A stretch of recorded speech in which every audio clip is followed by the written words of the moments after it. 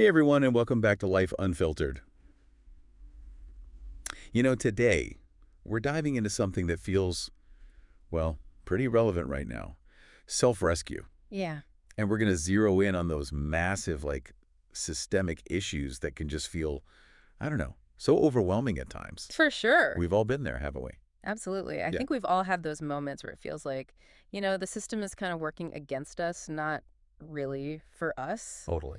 And you think about things like poverty, inequality, just not having access to the resources you need. Right. These aren't just individual problems, they're baked into the way things work, the structure of it all. Exactly. And it's so easy to kind of internalize those struggles, Yeah.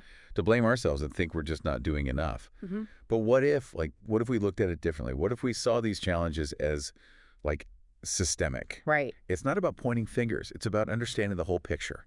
It really is. It's about recognizing that these systems, they're often set up in a way that, well, they benefit from keeping people stuck in that struggle. Yeah? It's like they're designed to make us feel exhausted, desperate, and then we're willing to settle for less than we deserve. It's almost like the system needs that desperation, doesn't it? It does, sadly. A worker who's desperate is often a worker who's easier to control, someone who's not going to push for better pay, safer conditions, or, challenge the way things are. Right. They just need the work.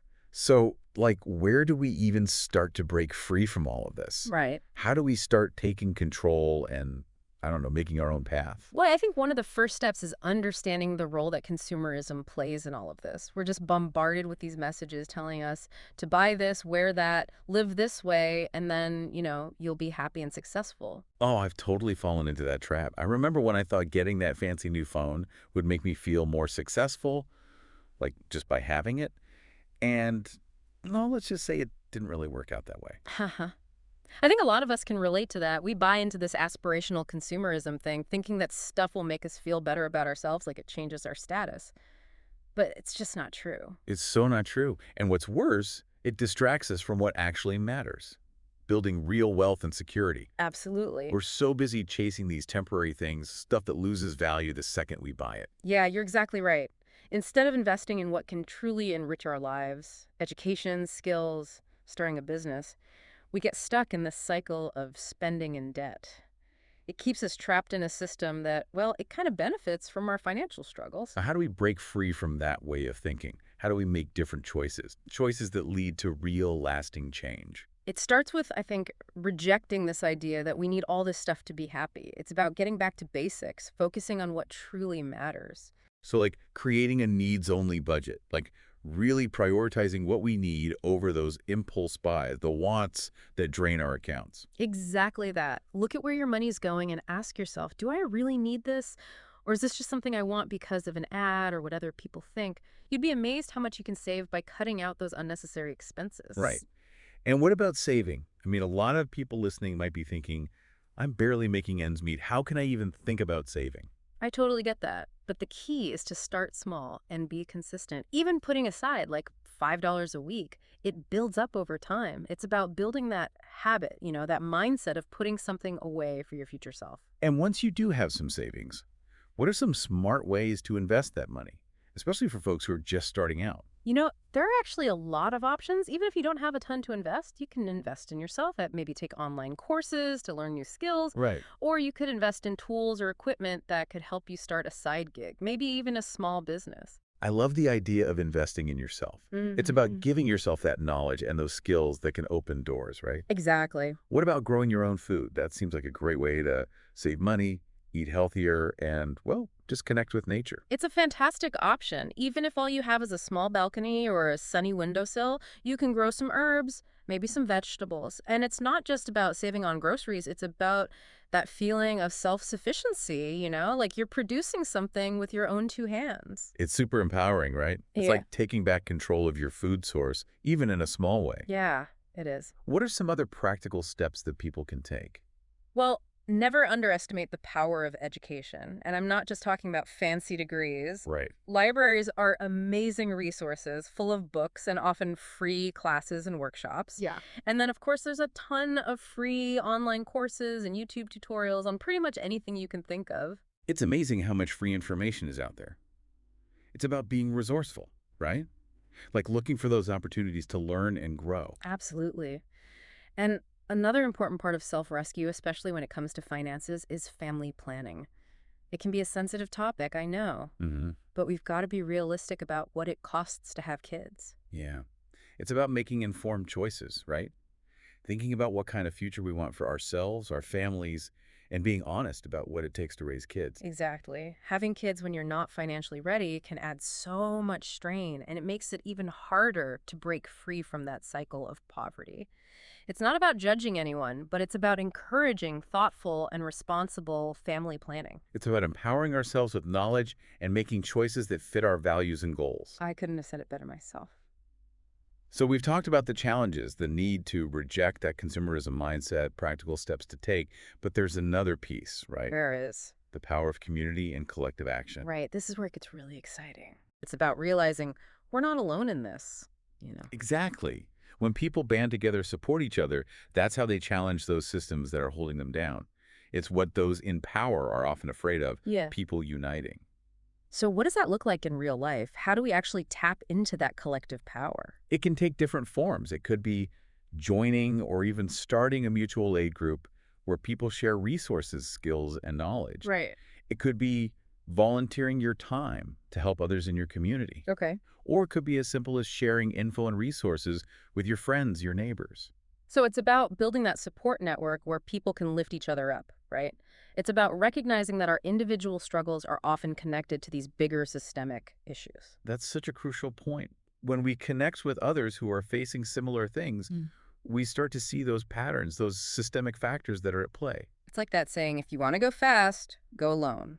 But if you want to go far, go together. I love that. And it's so true. Self-rescue doesn't have to mean doing everything by yourself. It's about using the power of community, connection, and collective action to make real, lasting change. This has been so insightful. We've covered a lot of the challenges, rejecting consumerism, practical steps, and the power of community. As we wrap up this first part of our conversation, Yeah. what's the one message you want our listeners to take away? I want them to remember this.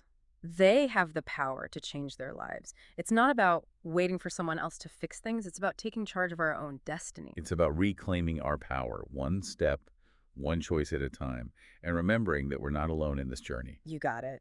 And we'll be back for part 2 of this episode where we'll dive even deeper into inspiring stories of self-rescue and explore how to keep that momentum going. So stick around. Welcome back to Life Unfiltered. It's great to be continuing this conversation about self-rescue. I'm so excited to be back for part 2. In the first part, we talk about some of the heavier stuff. Yeah. The systems that can make life feel like a constant uphill battle, the allure and the danger of consumerism, and really the importance of, taking control. We really laid the foundation for understanding, why self-rescue is so important in the world today. Exactly. But now I kind of want to shift gears a bit and talk about something, well, truly inspiring. The power of those small, consistent actions. Yeah. The ones that can create big, positive change. That's what self-rescue is all about. It's easy to feel overwhelmed, by how huge the challenges are that we face. But you got to remember, change, it doesn't happen overnight. Right. It's a process. It's about taking those small steps consistently over time. And those small steps, they can lead to amazing transformations. I'd love to hear some real-world examples of how people have actually used these self-rescue strategies to make their lives better. Oh, there are so many inspiring stories out there. One that comes to mind is the single mom I met a few years back. She was working 2 minimum wage jobs, just struggling to make ends meet, and she felt completely stuck. That sounds so incredibly difficult. What did she do to change her situation? She started with the basics. She made a strict budget, cut out anything that wasn't absolutely necessary. She found ways to save money on groceries, cooking at home, buying in bulk, looking for local deals. And then she started setting aside a tiny bit of money every week, just a few dollars at first. So she really focused on those practical things we talked about, rejecting consumerism, saving whatever she could. Exactly. And then she came across this free online course on web development. She'd always been interested in computers, so she thought, why not? And gave it a shot. That's awesome. Did she finish it? What happened next? She did. And she discovered she had a real knack for coding. She started taking on small freelance projects, working late at night after her kids were asleep. Wow, that's dedication. I know, right? She was determined to build a better life for herself and her kids. And all that hard work, it paid off. Within a year, she was able to quit one of those minimum wage jobs and focus more on her freelance work. That's amazing. She literally coded her way to a better life. She did. And it all started with those small, consistent steps. Saving a little, learning something new, putting in the work. It's such a powerful reminder that we all have the potential to change things, even if it doesn't happen overnight. Absolutely. And her story really shows how important it is to believe in yourself, in your abilities. It's easy to get discouraged when there are so many obstacles, but she kept going, even when it was tough. It's about having that strength, that resilience to keep pushing forward, even when you face setbacks or start doubting yourself. Yeah. So how do we cultivate that kind of resilience? It's easy to say believe in yourself, but like, how do you actually do that when life keeps throwing curveballs? That's a great question. One thing that can make a huge difference is surrounding yourself with positive people. People who support you. Yeah, like finding your tribe, those people who believe in you, encourage you to keep going. Exactly. Whether it's family, friends, or a community group, having those people in your corner, it can be a game changer. They can give you encouragement, practical advice, and, a shoulder to cry on when things get rough. It's like that saying, if you want to go fast, go alone. If you want to go far, go together. Oh, I love that one. And it's so true. Self-rescue doesn't mean going it alone. It's about using the strength of community, those connections to support each other along the way. Speaking of community, I'd love to hear another story. One that shows how, like, collective action can really create change. Okay, I've got a good one. It's about a group of people living in a low-income neighborhood who came together because, well, they didn't have access to fresh, affordable food. That's a big problem. What do they do to change that? They started a community garden. There was this vacant lot that had been neglected forever. They pooled their resources, shared tools, and learned from each other. So they took this, like, blighted space and turned it into something that nourishes them, gives them a sense of pride. Exactly. And it didn't stop there. They started holding workshops on gardening, nutrition, and cooking so they could empower others in the neighborhood to grow their own food too. That's amazing. They created this ripple effect of positive change, not just for themselves, but for the whole community. That's it. And it all started because they decided to take action together. They realized they had the power to make a difference, even if it just started with planting a few seeds. It's such a powerful example of how collective action can transform a community, like literally from the ground up. And it also highlights how important it is to address those systemic issues. In this case, the lack of access to fresh food, it was a symptom of a bigger problem, poverty and a lack of investment in marginalized communities. So their efforts weren't just about growing veggies, they were about challenging the status quo, fighting for a fairer system. You got it. And that's what true self-rescue is all about. It's not just taking steps to improve our own lives, it's about working together to build a better world for everyone. These stories are so inspiring. I love how they show the power of those small actions, resilience, community. But I'm curious, what happens when we hit those roadblocks? How do we keep going when things get tough? That's an important question, and it's one we'll definitely tackle in the final part of this episode. We'll explore ways to stay motivated, overcome obstacles, and keep that momentum going on your self-rescue journey. Can't wait to dive into that. Welcome back to Life Unfiltered. We're wrapping up our deep dive into self-rescue, and I gotta say, I'm feeling pretty energized by all these stories, all that resilience and community action. Me too. It's amazing what people can do when they take charge and, work together to make things better. For sure. But let's be real for a sec.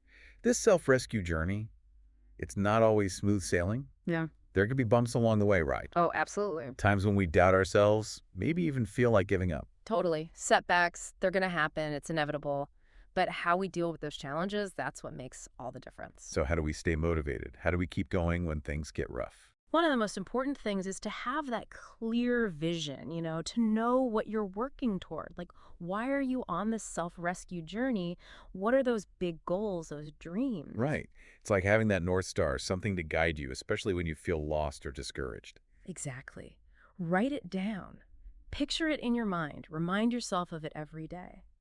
Having that clear vision, it'll fuel your motivation and help you stay focused on the big picture. I love that. It's like having that inner compass that keeps you pointed in the right direction, even when things get stormy. Exactly. And another thing that helps is breaking down those big goals into smaller, more manageable steps. Okay. So instead of feeling overwhelmed by this huge thing, you focus on those little wins along the way. So you're not looking at like climbing Mount Everest all at once. Right, it's one step at a You're time. just focused on making it to that next base camp. You got it. Those smaller victories, they build momentum, they boost your confidence, and that makes it easier to keep going even when you hit those obstacles. It's like that saying, a journey of 1,000 miles begins with a single step. Oh, I love that one. And it's so true for self-rescue. Every small step, every good choice you make, it's a victory. Celebrate those wins, let them push you forward. And what about when we mess up? Like we make mistakes, have those setbacks. How do we deal with that feeling of, discouragement, maybe even failure? First of all, remember this. Setbacks, they're normal. They're part of the process. Everybody makes mistakes. It's part of being human. The important thing is to look at those setbacks as chances to learn and grow. So instead of beating ourselves up, we try to learn from it and keep moving. Yes, exactly. Ask yourself, okay, what can I learn from this? What could I do differently next time? Changing your perspective like that, it can be really powerful. It's like turning those stumbling blocks into like stepping stones. Oh, I love that. And don't be afraid to ask for help when you need it. Remember, self-rescue doesn't mean doing it all alone. Reach out to those people you trust, your support system, friends, family, a mentor, even a community group. Yeah, sometimes just talking things through with someone who gets it, it can make such a difference. Absolutely. And don't forget about taking care of yourself. When you're on this journey of, self-improvement, it's crucial to make your well-being a priority, physically, mentally, emotionally. So we're talking about getting enough sleep, eating healthy food, managing stress, doing things that bring us joy. All of that. When you take care of yourself, you're better equipped to handle those challenges, to bounce back from tough times. It's like putting on your own oxygen mask first, right? Yeah. Before you can help anyone else, you got to make sure you're good. Yeah. You need to be in a good place to really support yourself and those around you. Well said. And remember, self-rescue, it's an ongoing journey, not a finish line. There will always be new challenges, new things to learn, new ways to grow. So it's not about reaching some perfect state. It's about embracing the journey of always trying to get better. That's it. It's about showing up for yourself each day, making those choices that match your values, and striving to be the best you can be. I love that. It's progress over perfection. So as we wrap up this whole episode, what's the final message you want to leave our listeners with? I want to remind everyone that they have the power inside themselves to build the life they want. It might not always be easy, but it will be so worth it. And remember, you're not alone on this journey. There's a whole community out there cheering you on, supporting you, working right alongside you to create a better world. Thanks for joining us for this deep dive into self-rescue. We believe in you. And that's a wrap on this episode of Life Unfiltered. We'll see you next time.